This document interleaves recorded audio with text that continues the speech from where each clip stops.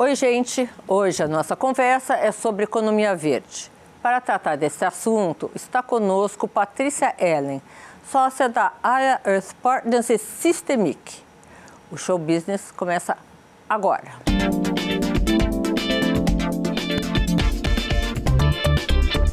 Transformar o Brasil na maior economia verde do planeta pode parecer aí um objetivo bastante ambicioso e quase impossível para alguns. Mas para ela, que ajudou a criar um hub de economia verde, esse é o principal propósito da sua existência e do seu trabalho. Vamos falar agora com Patrícia Ellen, sócia da Aya Earth Partners e Systemic. Boa noite, Patrícia. Boa noite, Sônia. É uma honra estar aqui com você de novo. Muito feliz e muito obrigada pelo convite, ainda mais para falar de um tema tão importante. Pois é, né? Patrícia, estamos assim nessa batalha para salvar o planeta. Já devíamos ter começado muito antes. Isso não está se intensificando agora. Como sempre, o ser humano é reativo, né? Não é muito proativo, mas você é. O que a Earth está fazendo? Bom, acho que primeiro queria dar boa noite para todo mundo aqui e lembrar que eu acho que a gente acabou de ter um grande treino sobre essa reatividade, né, que foi exatamente a pandemia. Eu estava como secretária de Desenvolvimento Econômico, Ciência e Tecnologia, e a condução desse gabinete de crise, para mim, foi a razão que me motivou a estar 100% focada na Aya Earth Partners hoje e nesse trabalho com a Systemic, porque o nosso grande objetivo, Sônia, é lembrar exatamente que essa pandemia foi um treino, que os desastres naturais, a natureza está mandando mensagens muito claras para a gente, e que no caso do Brasil, o problema é também a solução. Né? Exatamente transformar o Brasil numa potência verde é a nossa chance de mostrar para o mundo um novo modelo de desenvolvimento econômico e unir a nossa sociedade em um sonho comum. Você está montando esse novo modelo econômico? Como é que você está trabalhando? Então, na Aya Earth Partners, a gente trabalha, eu estou com dois chapéus aqui. Na Aya Earth Partners, a gente tem esse hub, esse primeiro ecossistema sustentável do Brasil. É um lugar onde a gente traz físico e virtual, onde a gente traz empresas, startups e provedores de serviços para tentar simplificar um tema que parece complexo, que é a descarbonização da economia, que é como é que a gente cria negócios mais sustentáveis, mais verdes, muda processos produtivos, mas mostra que é possível fazer isso gerando valor para os negócios, para as pessoas e para a natureza. E a gente traz esse meu segundo chapéu da Systemic, dados mostrando quais são as 5 transições globais que precisam acontecer para que essa sobrevivência aconteça e também gerando prosperidade para os negócios. A gente fala de 5 transições: a transição energética, a transição da produção de alimentos e uso do solo, a parte toda de soluções baseadas na natureza, a transição de materiais, né, uso de plásticos, etc., e a transição financeira.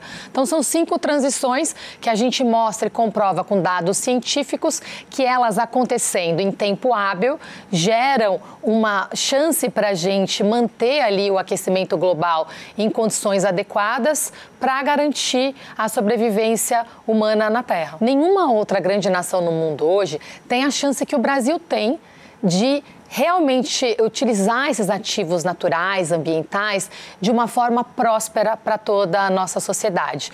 Pensa que a gente fez... Para o mundo, né? Para o mundo, a gente tem feito o contrário no fim, né? Nas últimas décadas a gente não cresceu, aumentou o desmatamento e aumentou a desigualdade.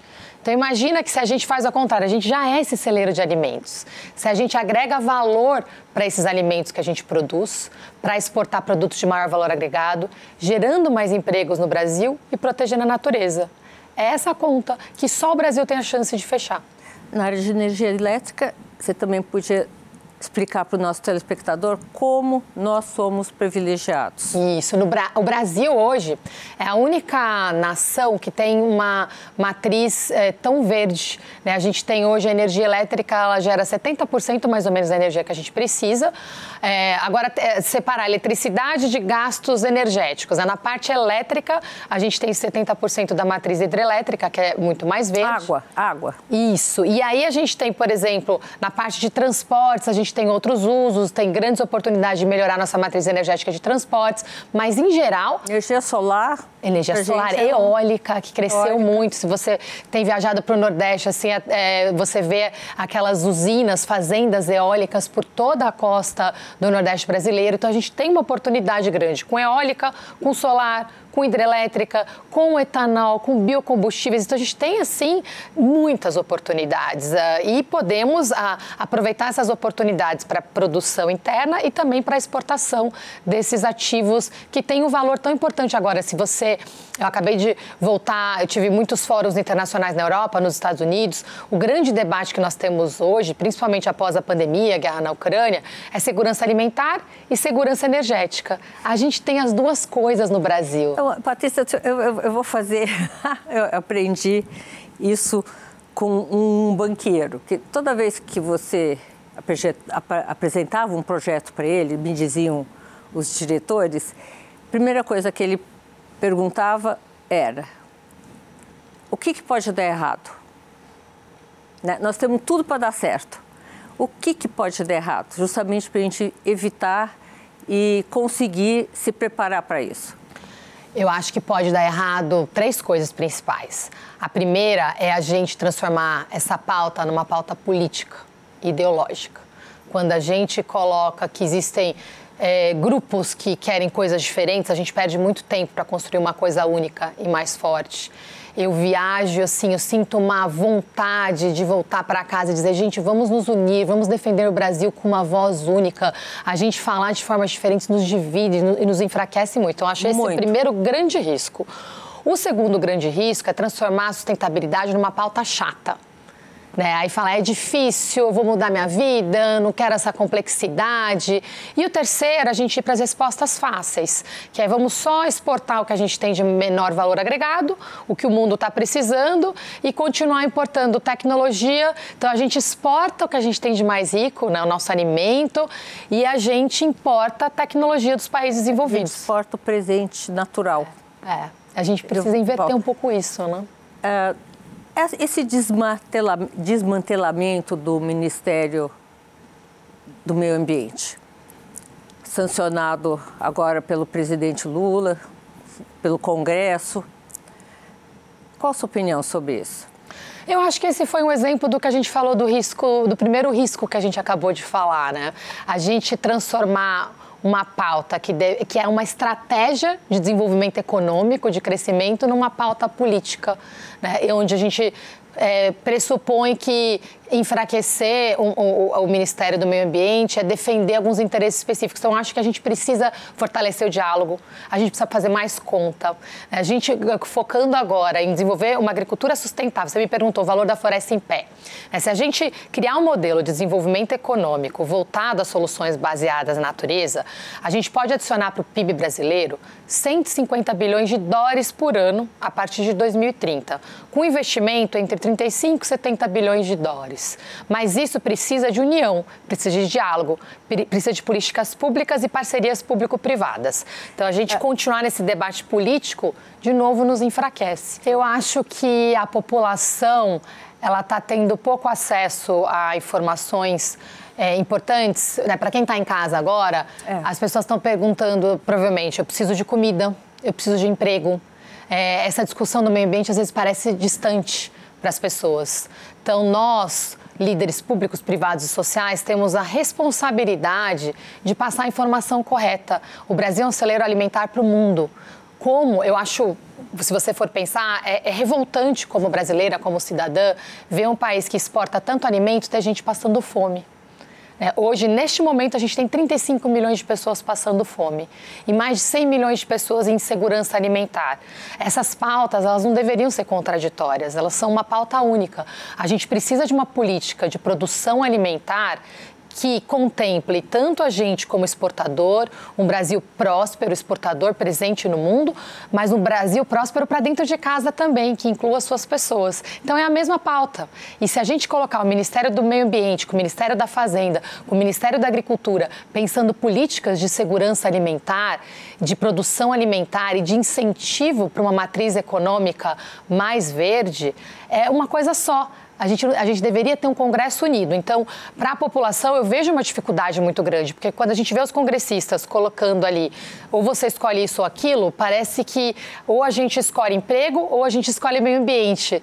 Mas, na verdade, a gente precisa das duas coisas juntas. Na verdade, a solução do emprego é a gente desenvolver a bioeconomia. É a gente agregar mais valor para a soja antes da gente exportar, para toda a parte que a gente faz agora com o milho, que a gente virou um grande exportador internacional, voltar a ser grande exportador de açaí, de cacau, produzir chocolates de alto valor agregado, todo esse segmento de suplementos alimentares, de superfoods. Hoje, quem é o maior exportador de suplementos alimentares é a Califórnia e a Europa. E o Brasil, de novo, é um fornecedor de insumo. O que poderíamos fazer para unir o país em torno da meio ambiente, agricultura, enfim, equilíbrio das contas fiscais? A gente precisa de planos e políticas públicas sólidas para que a população se engaje. Sejam planos de Estado, né? Exato, planos de Estado, não de partidos, não de governos. Nesse caso agora, urgentemente, um plano de desenvolvimento econômico para o Brasil, que mostre esses valores, os 150 bilhões de dólares em PIB adicionalmente por ano, a partir de 2030, vem da floresta em pé, da valorização dessa floresta em pé, pagamentos por serviços ambientais para as pessoas que vivem nas florestas, vem da gente ter uma agricultura sustentável de maior valor agregado, a gente precisa intensificar a produção lavoura, pecuária, floresta, vem de um terceiro pilar, que é a indústria reinventada, e de um quarto pilar, que é a bioeconomia. Então, essas quatro coisas juntas precisam de um plano, com programas de incentivos, com uma transição do modelo fiscal. A gente está falando de uma reforma tributária. Essa parte do meio ambiente ainda é uma parte muito pequena dela. Nós temos o Ministério da Fazenda hoje que está desenvolvendo um plano de transição ecológica. É um momento, quando eu falo da União, todos os ministérios trabalhando juntos para lançar esse programa. E executivo com Congresso, por que não? Também governos estaduais. A gente vai ter a chance de ter uma COP no Brasil, no Pará, termos ali os 9 estados da Amazônia Legal unidos de novo nesse planejamento. Por isso que até a minha opção de voltar esse período para a iniciativa privada veio desse lugar de ter mais liberdade para fazer esse trabalho de diálogo e união, de poder transitar em campos diferentes, de transitar e falar com o produtor agrícola, de falar com uma instituição social que trabalha com economia familiar, com cooperativas indígenas, de ter essa liberdade de transitar, que às vezes o peso do cargo já te coloca numa caixa e a gente para de dialogar automaticamente. Eu tenho uma expectativa que o Ministério do Meio Ambiente dê a volta por cima e volte a dialogue ainda mais, envolva o setor privado, envolva o setor da agricultura, a mesma coisa com o Ministério da Fazenda. Acho que a gente tem essa chance, o Ministério do Planejamento, cada um deles, o Ministério da Indústria e Comércio, as nossas federações, a indústria, as confederações. Por quê? E aí vem o meu lado, por que eu falo de união? Viajar muito agora está me fazendo colocar em perspectiva as oportunidades que a gente está perdendo de sentar na mesa. Tem grandes negócios, Sônia, surgindo hoje nessa área, os investidores estão vindo para o Brasil. Eles investem aqui, levam os produtos e as tecnologias e agregam valor em seus países. Então, acho que eu sou muito brasileira, assim, mais acima de tudo. Né? Somos duas. Eu quero ver o Brasil. Agora, eu vou te fazer uma pergunta que você vai responder só no outro bloco. É possível o Brasil liderar uma economia verde, apesar de governos? A iniciativa privada tem condições de fazer isso sozinha? Um minutinho só, tá? Gente, no próximo bloco, continuamos nossa conversa com Patrícia Ellen, sócia da Earth Partners e da Systemic. Voltamos com nossa entrevistada, Patrícia Ellen, sócia da Earth Partners e da Systemic. Patrícia, conversando aqui até, puxamos um assunto aqui no intervalo, sobre regulação do mercado de carbono, que é uma coisa muito importante. O Brasil pode ser líder nisso, assim, em 2 segundos. Explica para o nosso telespectador o que é essa descarbonização da economia, né? Como é que é operar no mercado de carbono, trocar crédito de carbono por, enfim, papéis, que isso é uma coisa mais financeira. E como é que está a regulação desse mercado? Tá bom. Nossa, primeiro você me deixou aqui refletindo, né? O papel do setor privado, independente do setor público. Eu acho que o setor privado pode fazer muita coisa. E vou falar um pouquinho da descarbonização. A gente tem uma forma de medir quanto de carbono e gás de efeito de estufa cada processo que a gente gera, cada atividade emite, né, para a atmosfera. Hoje o mundo emite entre 50 e 60 gigatoneladas de carbono e gás de efeito estufa por ano. 60 incluindo todos os gases de efeito estufa, 50 principalmente carbono. O Brasil... O que são gases de efeito estufa? São os gases que a gente emite em processos que eles vão para a atmosfera e contribuem para um aquecimento global, que é um dos grandes impactos negativos que a gente tem hoje da industrialização, das técnicas mais poluentes e que fazem com que a gente tenha essa pressão de aumento de desastres naturais. Por exemplo, nesse último ano de 2022, a gente teve mais desastres naturais nesse ano do que nos últimos 20 anos no mundo. Desastres no mundo, incluindo não é só enchentes, Brasil, gente. furacões, terremotos. Então, tem aumentado muito a intensidade.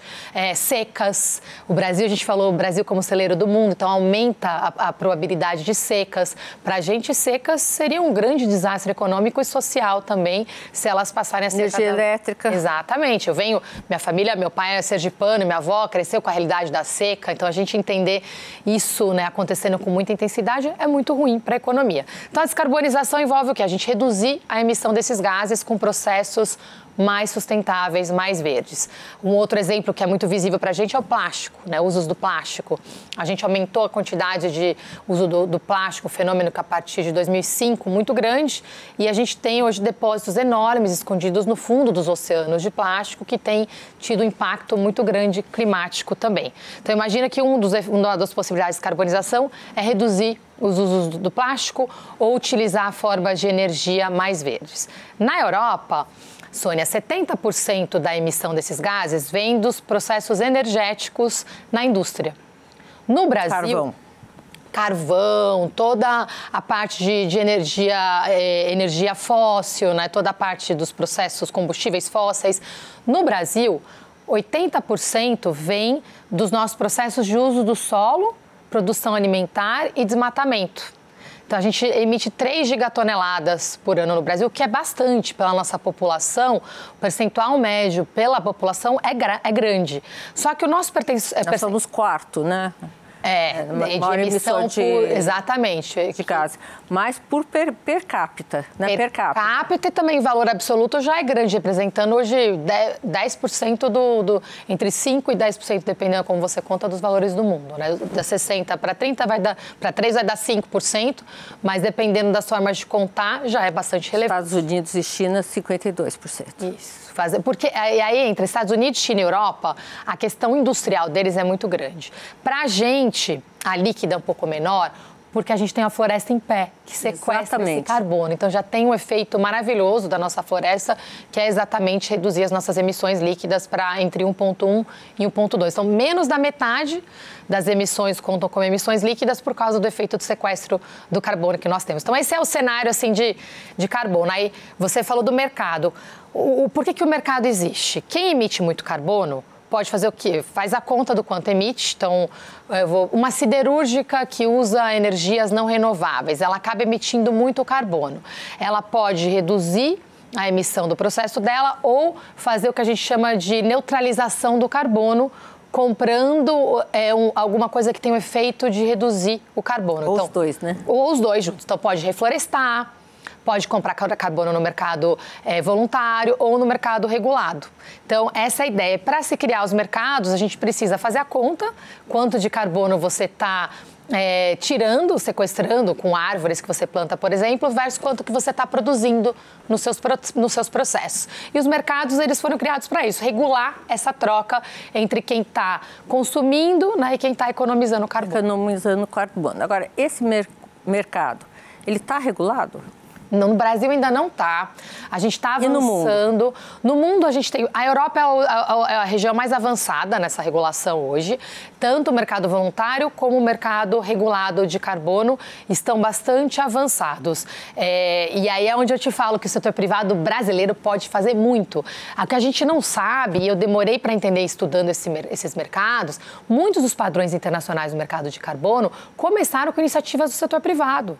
Então, as empresas se juntaram em coalizões e institutos para fazer estudos de novos padrões e muitos padrões foram criados. Inclusive, tem empresas que viraram padrões de mercado, né? O padrão Verra do mercado voluntário, os protocolos do Science Based Targets, que é como a gente mede a emissão de carbono de empresas. Foi uma iniciativa que começou entre o setor privado e algumas organizações específicas, principalmente nesse caso WRI, que é o World Resource Institute.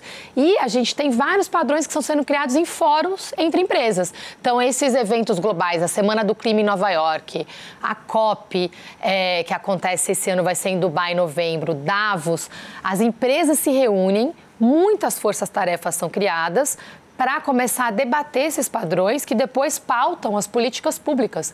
E chega no Brasil muito tarde. E o que eu mais ouço hoje de empresários e empresas brasileiras, poxa, mas o padrão, por exemplo, de Science Based Targets da agricultura não considera a realidade da agricultura brasileira. É verdade, muita adaptação precisa ser feita, mas eu te digo que em muitos desses fóruns não existem empresários e empresárias brasileiros nos representando nesse debate. Isso precisa mudar. Nesse quesito, o telespectador deve estar pensando, como é que esses fundos, que essas empresas, todo mundo trabalha em um mercado de crédito de carbono sem uma regulação. Então, eu faço como eu quero. Como é que funciona isso? No Brasil, por exemplo. Hoje as empresas estão aderindo muito a padrões internacionais. E quem fiscaliza isso? E contando com fiscalização de auditorias, com padrões de empresas, certificadoras. Tem poucas no mundo hoje, então, reconhecidas internacionalmente, são 2 ou 3 que fazem esses padrões para o mercado voluntário. Né? E então, não temos muitas opções, isso é parte do debate, inclusive, que nós temos hoje. E é um tema que é complexo. Eu falo assim, a pandemia foi um grande desafio para mim, aquele trabalho que a gente teve que fazer com dados, mas eu nunca tive que estudar tanto quanto eu estou estudando agora, né, para a gente pensar em novos modelos de negócio e entender o mercado de carbono. Então, a gente ter especialistas nossos envolvidos nesses fóruns é muito importante. Gera valor para a gente. O Brasil, você mesma disse, é o maior mercado potencial. Ninguém tem a chance tudo de para produzir ser tanto carbono. Economia número 1 do mundo. E já é mesmo sem o mercado regulado. Agora, economia a gente tem verde. Sim, né? A gente tem sim, você tem razão de exigir do Congresso que essa regulação aconteça o mais rápido possível, finalizar a regulação do voluntário, fazer a regulação do regulado, definir os processos para a economia circular também, toda a parte de fiscalização dos protocolos internos das empresas, tudo isso precisa acontecer. A regulação é urgente. A outra coisa urgente são programas de incentivo. Muitos setores vão ter que fazer investimentos no curto prazo antes deles terem uma rentabilização desses novos processos verdes. Então, regulação e programas de investimento. Incentivo viria de onde? Então, por exemplo, a política tributária atual que nós temos no Brasil, ela não é uma política que incentiva a transição, nenhuma dessas 5 transições globais que eu te falei. A gente tem tarifas, eu vou falar pelo caso que eu conheço melhor, o modelo do ICMS dos estados. A gente não tem, sabe que a gente não tem nenhuma taxonomia hoje que permite valorizar essas novas economias. Tem vários setores que não existem. Esses que eu mencionei da bioeconomia, você precisa criar para tributar, todo empreendedor sabe que tem que conviver com essa complexidade tributária nossa. Aí tem o KINAI, se chama KINAI ali, aquele indicador de cada setor. Não tem KINAI para vários desses setores. Então, a gente precisa sentar e combinar, olha, vamos recriar quais são os principais setores. Por isso que eu te falo, o problema é a oportunidade, é a gente sentar todo mundo junto, criar um plano de trabalho para o Brasil nessas 4 verticais, isso não é complexo. A parte complexa é a gente sentar linha a linha, setor a setor, criar programas... E velocidade? A velocidade, a urgência acho que é o maior ponto. Esse ponto. Quando a gente criou a Earth Partners, foi muito para fazer isso, para juntar todo mundo, né? Empresas, empreendedores, setor público, para a gente colocar todo mundo na mesma sala, física ou virtual, para a gente trocar experiências e acelerar esse processo. Às vezes uma startup tem uma solução para a tua empresa. Estou fazendo um projeto super legal com uma empresa que faz delivery, né? Faz entrega de comida.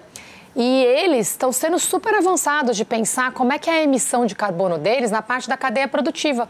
De onde vem a comida, de onde vem, qual que é o processo do agricultor, como que o lixo é trabalhado, as embalagens. É uma empresa que está virando protagonista de uma agenda que nem os governos estão olhando com o mesmo detalhamento. Então, acho que isso dá para fazer. Nesse espaço que a gente criou, para essas trocas exatamente existirem, só nesse projeto com essa empresa a gente colocou 3 startups juntas trabalhando para que a gente possa buscar essas soluções. Aí volta que eu sou o samba de uma nota só da União, vou traduzir aqui que é um modelo de colaboração exponencial, colocar todo mundo junto, né, para a gente criar novas soluções. Empreendedor faz isso todo o tempo, o Brasil é empreendedor, o Brasil é resiliente. A população brasileira é batalhadora, né? A gente sabe fazer. Eu venho de uma família super simples, eu cresci assim, o que eu lembro que meus pais mais ensinaram, vai batalhar, filha, vai batalhar. Então a gente tem isso no nosso DNA. Usar isso agora para mostrar para o mundo esse exemplo, eu acho que, pelo menos para mim, é o que me dá energia todo dia, de acordar, de sair, de seguir. E eu acho que a gente está precisando disso, voltar a sonhar, né, a unir a família na mesa. A gente passou por processos eleitorais extremamente estressantes. Que desuniu nossas famílias, né? Então, imagina muito sonhar triste, de novo. Muito triste. Exato. Patrícia, eu vou te explorar no próximo bloco também sobre um outro assunto completamente ligado a esse. Lixo. Você mencionou lixo. Todo mundo fala sobre floresta em pé, né? E poucas pessoas falam sobre lixo. Quanto é que o lixo produz de gases de efeito estufa? Um segundinho. Gente, no próximo bloco tem mais Patrícia Ellen, sócia da Aya Earth Partners e da Systemic. Não saia daí. Voltamos com Patrícia Ellen, sócia da Aya Earth Partners e da Systemic. Patrícia, vamos falar agora sobre lixo. Como é que o lixo é tratado no Brasil hoje? E quanto que ele produz de gases de efeito estufa? Tema complexo. Vamos lá. Lixo. O lixo, a gente teve alguns avanços importantes nas últimas 2 décadas no Brasil. E até 5, 10 anos atrás, a gente teve, inclusive, um histórico curioso, porque foi através do lixo que a gente começou a fazer as primeiras negociações de carbono no Brasil. A gente teve um avanço com o Plano Nacional de Resíduos Sólidos, com o Protocolo de Quioto, onde exatamente se fazia uma conta para incentivar a transição de lixões para aterros sanitários e fazia-se a conta ali da redução de carbono e a permissão da venda desses créditos de empresas que faziam gestões de aterro. Com o novo mercado regulado do carbono, isso ficou muito incerto. Então, a gente tem uma decisão urgente para tomar com relação a isso. O Brasil é um grande produtor de lixo, sim, e a gente tem também uma Qual o tamanho do Brasil em comparação ao Em comparação ao resto do mundo, assim, per capita, a gente tem uma produção grande de lixo, mas no todo, como a questão do desmatamento e da agricultura e da pecuária acaba gerando, né, por causa do nosso modelo, a descarbonização. Um aumento de produção de carbono muito grande, o efeito do lixo ele é relativamente menor, mas ele é bastante significativo, principalmente nas cidades. Tá? Então, eu vou pegar aqui um exemplo de uma empresa que eu conheço bem, que é uma das maiores gestoras de resíduos sólidos hoje no Brasil. Eles devem ter ali uma conta de lixo entre 5 e 10 milhões de toneladas por ano, tá? De carbono. Então, a gente deve ter no Brasil hoje entre 50 e 100 milhões de toneladas, assim, de uma forma bastante expressiva, nessa parte de gestão de aterros. Claro. Só que daí tem os lixões, tem toda a parte do lixo que a gente não contabiliza, né, essa parte do mundo informal, que ele é muito maior, tá? Então, esse não tem o dado para você, porque a gente começa o problema, a gente sequer contabiliza. E também a parte que vai para os oceanos, para os nossos rios, ela é uma parte muito complexa que gera muitos custos, inclusive, para a gestão pública. O que eu acho que a gente pode... O que você pensa sobre o marco de saneamento básico? Então, o marco de saneamento que está para ser votado, ele tem uma parte ali bastante importante sobre a gestão de resíduos sólidos. A gente vai precisar entrar num acordo de como vai ser feito o modelo das concessões. A gente tem hoje uma complexidade na gestão de lixo, porque o governo federal pauta a regulação, né? O estadual ele tem uma responsabilidade no Plano Nacional de Resíduos Sólidos, mas a execução da gestão de limpeza urbana é municipal. E ainda temos um outro fenômeno do Brasil, que são os catadores, a parte de reciclagem de latas. Então, tem um trabalho bastante importante para fazer sistêmico, de reorganização desse sistema, formalização e apoio, integração da atuação com as cooperativas. Mas o marco do saneamento, eu queria dar uma atenção especial. E a tua pergunta anterior sobre o mercado de carbono também é muito importante, porque a gente precisa criar um programa para os lixões, para os aterros. Hoje, uma empresa que faz gestão de limpeza urbana, ela tem muita dificuldade, ela não pode cobrar tarifa. Por exemplo, se uma empresa ou uma residência produz mais lixo ou não coopera, ela não tem nenhum tipo de penalização com relação a isso no Brasil. O que é uma exceção com relação a outros lugares do mundo. No mundo, né? Os países desenvolvidos todos, né?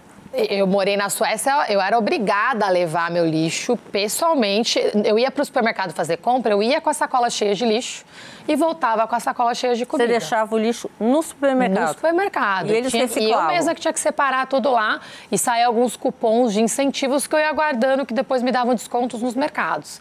Né? Então, e aí a gente resgatar as nossas origens. Eu vim, como eu disse, uma família de origem simples. Meu pai veio de Sergipe, né? Minha mãe de Minas. Eu cresci com a gente fazendo a nossa própria reciclagem de lixo. A gente fazia a nossa composteira, tinha um lixão do lado da minha casa. Meu pai limpava o lixão, transformava em horta. A gente jogava aquele resto de comida lá dentro e fazia uma adubagem para a nossa hortinha, que era o lixão do lado de casa. Né? Então, eu tive esse privilégio. É comum? Era comum onde vocês moravam? Para pessoas mais pobres, era muito comum. Agora, eu vejo que algumas favelas estão tentando resgatar esse hábito, que era um hábito muito bonito. Tem muitas coisas da nossa ancestralidade que a gente acaba apagando, né? Isso eu sempre digo que eu tive muito um privilégio de conviver numa família assim, aprendendo essa relação com o lixo, com a compostagem, não ter medo das minhocas que saíam ali, depois ver a alface crescendo e comer aquele tomate fresquinho, né? Hoje é mais barato você comer um alimento processado, então as pessoas mais pobres que vivem nos grandes centros urbanos não têm esse tipo de relação, né? E tem que conviver com montes de plástico e de lixo que é muito mais tóxico ao redor deles, né? Esse tema do lixo, ele precisa ter um processo de reeducação muito grande da nossa população. A gente tem nojo do lixo, esconde o lixo, né? Mas ele vai para algum lugar. Então, entender, né, que a nossa responsabilidade também cuidar do nosso lixo, ter mais consciência do que a gente usa, é muito importante. A gente teve alguns exemplos muito simbólicos no Brasil que mostram que é possível ter um processo de reeducação, como foi feito. O exemplo da reciclagem das latinhas é um grande, nós somos recortistas em reciclagem. O exemplo também do canudo, como a gente foi fazendo a transição e também se tornando mais responsáveis nos usos de canudos e nos tipos de canudos plásticos, que a gente, né, sair para outros tipos de produtos. A gente tem outras coisas também, que o Brasil é riquíssimo, que a gente pode substituir alguns desses lixos que são mais nocivos por lixos que são mais biodegradáveis. A própria história da sacola de plástico, que a gente começou bem, depois não conseguiu consolidar essa transição. Por quê? Passa por incentivos, né? A gente, nós todos, eu estudo muito ciência do comportamento. Nós somos seres que mudamos o nosso comportamento com base em incentivos. Não sei se você lembra aquele exemplo, o primeiro exemplo que a gente estuda em ciência do comportamento é aquele exemplo dos macacos com a banana, né, que tem estudos que foram feitos em várias universidades. Você coloca os macacos ali convivendo e coloca umas bananas e eles tentam pegar, você joga a água no macaco e toda vez que ele vai tentar pegar a banana, ele aprende que não pode pegar aquela banana. Depois você vai trocando os macacos água quente. E para de jogar água. Os macacos que vão chegando, eles não pegam a banana, porque um vai passando o ensinamento para o outro. né? Então, a gente precisa resgatar isso na gente. A ciência do comportamento aplicada para seres humanos, ela traz essa base. Cinto de segurança. Cinto de segurança é um ótimo exemplo, né? A gente pegou rápido. Pegou e nunca mais mudou. Políticas sobre questões de onde, como, uso do cigarro, né? A questão de saúde, a liberdade de quem não fuma versus quem fuma, o respeito. Então, a gente precisa fazer isso com lixo. E a gente, assim, precisa começar em casa, precisa começar na forma como a gente escolhe as coisas que a gente usa, os materiais que a gente usa e depois como a gente cuida dos dejetos. Isso faz parte da economia verde? Totalmente. Economia circular do começo ao fim. Nesse processo, culturalmente, o que o Brasil deveria preservar e o que deveria jogar fora? O Brasil precisa preservar a sua história de preservação, né? Acho que parece até um trocadilho, mas a gente pensar... Uma das minhas avós é indígena. Eu tive a sorte também de ter na minha família uma avó indígena com um avô garimpeiro. E conviver dentro de casa com esses conflitos existenciais que a gente vive no Brasil moderno hoje. Eles ficaram casados a vida inteira? Então, não. E aí que eu acho que, para mim, na minha história, essa é uma parte triste da história que me mostra o que a gente deveria preservar. Meu avô casou com uma segunda mulher e levou os filhos. E minha avó indígena ficou sozinha. E aí minha mãe, a última vez que ela viu a mãe dela foi com 6 anos de idade. Então, essa dor de ver também... Como na história brasileira a gente valoriza as nossas origens europeias, estrangeiras e desvaloriza, né, as nossas origens ancestrais indígenas locais, eu acho que é uma coisa que a gente precisa resgatar, não é nem só preservar, é resgatar a beleza do que a gente tem aqui nesse país, porque a gente vê que país no mundo tem uma floresta em pé como a nossa, tem a riqueza que a gente tem natural. E como essa riqueza nos ajuda, nos cura, nos protege. Então, a gente relembrar e resgatar esse orgulho é muito importante. A gente precisa falar um pouco da economia da floresta. Os indígenas estão em regiões de floresta bastante densa, em algumas regiões, mas em outras também em comunidades urbanas.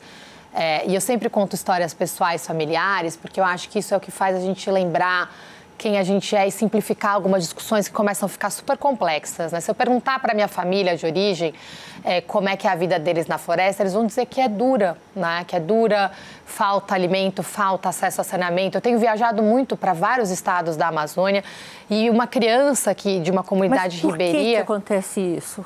A infraestrutura para essas regiões não funciona como nas grandes cidades, Sônia. Por exemplo, uma criança para ir para uma escola, tem algumas regiões que elas isso que viajam... a gente viu, essa barbaridade que a gente viu recentemente... Acho que assim, são 3 aspectos diferentes. Primeiro, as florestas, a infraestrutura que precisa é diferente. Tem crianças que viajam 4, 5 a 7 horas de barco para poder ter uma aula numa comunidade mais próxima. Então, é uma situação de infraestrutura de saúde, de educação que precisa ser repensada, precisa ter conectividade, políticas públicas que funcionem. Mas a economia da floresta em pé, ela precisa ser entendida também. A gente precisa ver, por exemplo, a Amazônia como Panamazônia, e não só a Amazônia brasileira. A gente tem vários estados fronteiriços, a gente teve um crescimento de tráfico, de muitas atividades ilegais, que hoje elas são muito mais rentáveis do que qualquer uma das outras atividades que a gente está descrevendo nesse momento. Uma coisa que eu percebi em poucos anos, desde que eu comecei a viajar para essas regiões, para agora, é o aumento do tráfico. O aumento da violência, muito grande, da insegurança. Isso para a gente não falar do Rio de Janeiro, que é aqui do lado. Exato. Esses dias eu estava... Mas eu convivia com isso, né, na entrada da favela que eu morava no Real Parque. Eu convivi com isso a minha infância inteira. Mas numa floresta, da forma como está, é muito assustador. Esses dias eu estava na Amazônia, do Amazonas, em Manaus, conversando com alguns gestores da Polícia de Inteligência.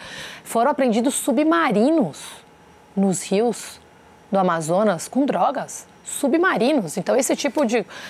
É uma economia que mudou rapidamente, tem uma tensão fronteiriça. Como a gente soluciona isso? Políticas públicas e, de novo, rentabilizar a floresta em pé, mas precisamos, nesse caso, precisa de uma política de segurança pública muito arrojada e com integração com os países fronteiriços. Aí precisa ser trabalhado com o Peru, com Bolívia, né? Tem um trabalho muito importante para ser feito e que tem que ser rápido. Isso mudou rapidamente nos últimos anos. Eu tô organizando agora a primeira vez que as minhas filhas vão comigo para a Amazônia e eu fiquei preocupada, pensando em questões de segurança, que quando a gente gente vai sozinho, a gente pensa de um jeito, né? E eu vou para lugares um pouco mais remotos também, porque eu vi a tensão crescendo. Isso não existia. Eu converso com muitas pessoas em aldeias indígenas, a dificuldade que eles estão tendo indo cada vez mais para regiões mais remotas para tentar proteger seus jovens do tráfico, das drogas. Então tem um debate hoje, invasões, então o garimpo ilegal precisa ser combatido, mas a mineração sustentável precisa acontecer. O tráfico ilegal precisa ser combatido, mas as políticas de educação e saúde precisam acontecer. Exatamente. As contrapartidas para que essas coisas se enfraqueçam. Como elas estão hoje, não vai funcionar. E políticas de segurança transnacionais são urgentes. A Panamazônia também precisa de um plano e isso precisa ser feito com os países vizinhos também. Patrícia, muito obrigada pela sua presença. Tivemos uma aula aqui hoje. Agradeço, Sônia, é um prazer. E espero que esse teu novo caminho seja de sucesso. Agradeço o convite, agradeço a oportunidade. Lembrar quem está em casa que a mudança começa em cada um de nós, que a economia verde dá dinheiro e traz prosperidade para as pessoas e para as florestas. Tem negócios incríveis e ideias muito legais. Busquem informação e acreditem nesse Brasil que pode sim dar muito certo. Obrigada, Patrícia. O programa de hoje está terminando. Semana que vem, eu, Sônia Raci, tenho um encontro marcado com você, direto dos estúdios da Band, aqui em São Paulo. Até lá!